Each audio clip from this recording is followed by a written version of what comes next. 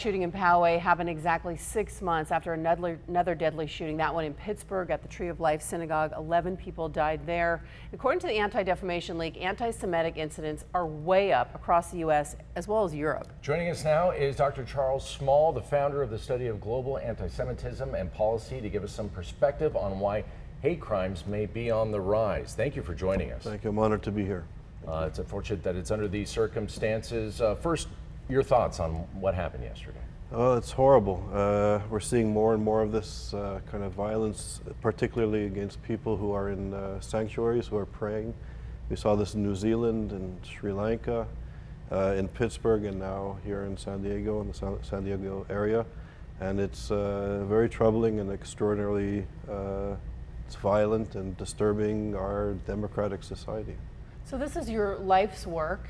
Anti-Defamation League, other groups, yours I'm sure as well, are saying reporting incidents are up. I think from 2016 to 2017, 57% here in the U.S. Right.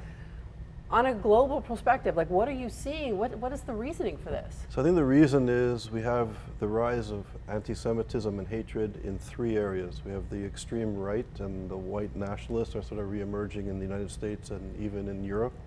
We have the rise of political Islam. I'm not speaking about Islam and Muslims, but a reactionary social movement led by the Muslim Brotherhood with offshoots around the world, including the United States. So we have people like CARE. We have people articulating these worldviews, which is rooted in deep anti-Semitism.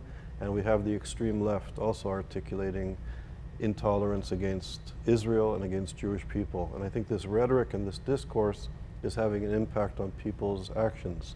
Elie Wiesel, the Nobel Peace Laureate and witness to the Holocaust, he survived the Holocaust. He always said that anti-Semitism begins with Jews, but it never ends with Jews. Once this form of hatred is unleashed, it affects everybody in society, and we see this unfortunately being played out. And I would just like to say that the atmosphere, we had Zarif, the former foreign minister of Iran, on Fox News with Chris Wallace recently saying that the Israelis are going to trick the Americans into declaring war in the Middle East. Then you have this famous cartoon or infamous cartoon in the New York Times depicting what Zarif said from more of a liberal perspective. And then in the same 24-hour period, you have the shooting here locally in the synagogue. And I think that we really need to be vigilant against all forms of anti-Semitism, whether it's on the extreme right, on the extreme left, or extremists in the Muslim community. And we have to stand up against this anti-democratic, hateful rhetoric.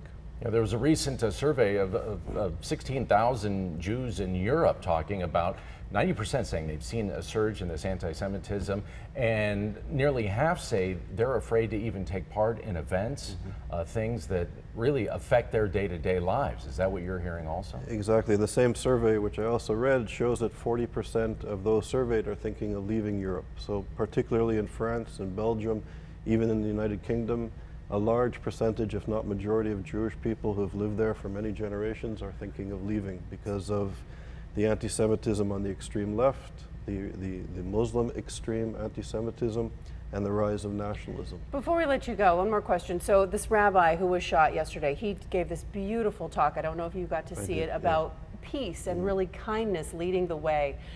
He also talked to the President of the United States, and he said, what about a moment of silence? You know, we have to go back to younger kids and hit them when they're younger.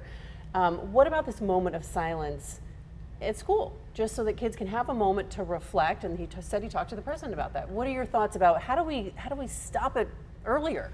So I think we have to educate, I think, people of good faith, Muslims, Christians, and Jews.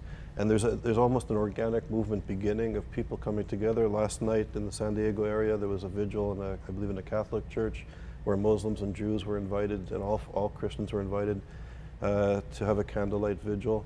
And I think as our sanctuaries are being attacked by extremists, we have to stand together, especially the three Abrahamic faiths. We have a common foundation, and I think we have to come together in the best ethics that we've learned as Christians, Jews, and Muslims, and set an example for the world, and really, yes, preach love and acceptance of the other. Yes.